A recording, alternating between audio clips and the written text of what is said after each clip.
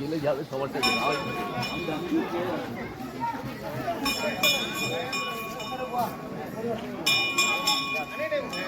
এটা হচ্ছে গুপ্তেশ্বর মন্দিরের এন্ট্রান্স। এখান দিয়ে আপনি ঢুকতে হবে এবং অনেকখানি উঁচুতেই আছে মন্দিরটা, পাহাড়ের উপরে। আপনাকে হেঁটে হেঁটে উপরে উঠতে হবে।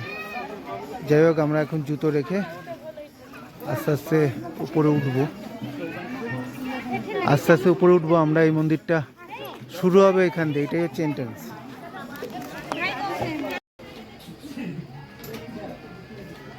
চলো।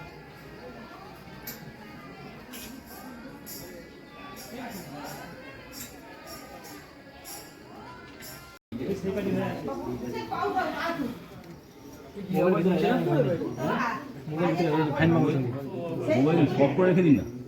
হ্যাঁ, পকেটে ভাইব্রেট করে রেখে দিন।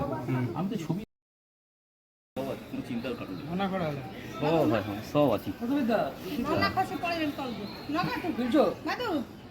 দাঁড়াটা তুলে নিচ্ছি।